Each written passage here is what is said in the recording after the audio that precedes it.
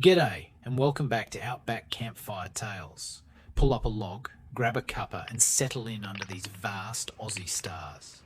Tonight, we're diving into one of Australia's greatest mysteries, a tale of glittering gold, deadly deserts, and a secret that might still be buried out there in the red dirt. It's the legend of Lassiter's Reef.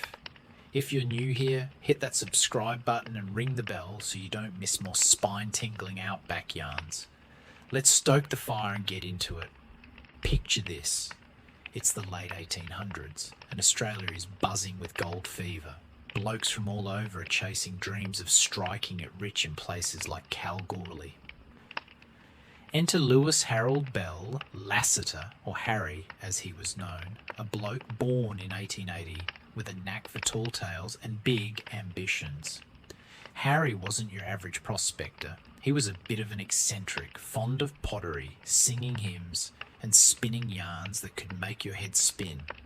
But in 1929 and 1930, during the grip of the Great Depression, he dropped a bombshell that would echo through history. Harry claimed that back in 1897, when he was just a 17-year-old lad, he stumbled upon a massive gold-bearing reef while riding horseback from Queensland to the West Australian goldfields. He described it as a vast gold-bearing reef, stretching 7 miles long, 4 to 7 feet high, and up to 12 feet wide, poking out of the ground like a glittering spine in the desert. We're talking quartz laced with ironstone and chunks of gold so pure you could pick them off with your fingers.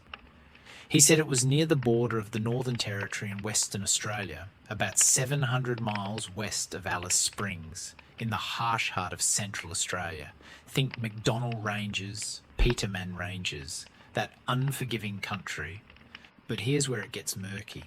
Harry's stories didn't always line up. One version had him finding it 18 years earlier at the edge of the McDonnell Ranges. Another involved a surveyor named Joseph Harding and some dodgy watches that threw off their bearings. And get this, records show young Harry was actually in a reform school in Victoria around that time, not wandering the outback. Was he fibbing? Or maybe a knock to the head in 1917 scrambled his memories? Either way, for decades he tried to drum up interest, but no one bit. Until the Depression hit and folks were desperate for a win.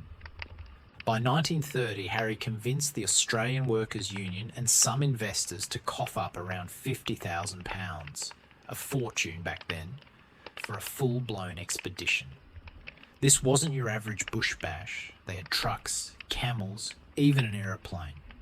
The team included leader Fred Blakely, pilot Errol Coote, and a bunch of hardy souls like George Sutherland and Phil Taylor.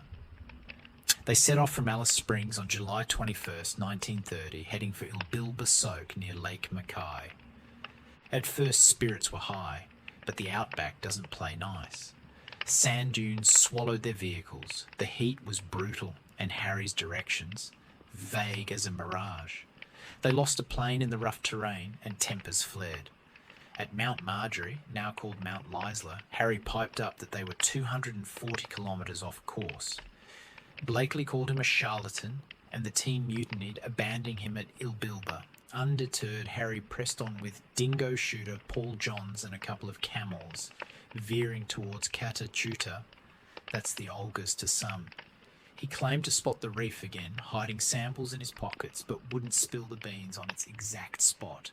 Johns, thinking Harry had lost the plot, bailed after a scrap, leaving him high and dry. Alone in the desert, Harry's luck ran out. His camels bolted, stranding him without supplies.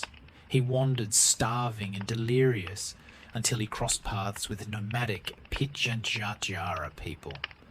They took him in, shared food and shelter, a testament to indigenous kindness in that harsh land. But even their help couldn't save him. Blinded by sand and weakened by malnutrition, Harry died in early 1931, probably trying to reach Uluru or Katachuta. Bushman Bob Buck found his body during another search party, the Eclipse Gold Expedition. It was emaciated, buried in a shallow grave by the Pitjantjatjara. They even pointed the bone at him in their law, marking him as cursed.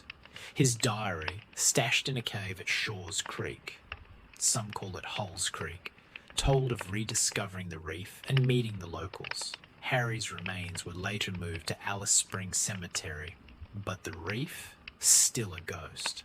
Fast forward, and the legend lives on. Books like Ion Idris's Lassiter's Last Ride in 1931 turned it into a bestseller.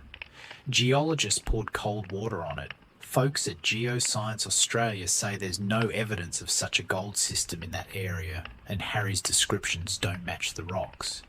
Maybe he mistook pyrite for gold, or it was all a con to escape poverty. But treasure hunters won't quit. Harry's son Bob, in his 90s back in 2019, did over 30 trips. Historian Chris Clark, using his grandpa's old letters, thinks Harry piggybacked on someone else's find but knew it wasn't real. In 2021, Vietnam vet Bill DeCarli claimed he found a 16-kilometre quartz outcrop east of Alice Springs that matched the description detailed in his book with Kristen Lee. And as of 2025, searches are still going strong. Just this year, folks are out there combing the desert, chasing that elusive gleam. Some say the Telfer mine might be it, but nah, the mystery endures. Indigenous stories, like in the Pintupi Luritja tale, Lachatanya Yanucha, add another layer. Perspectives from the land's true custodians.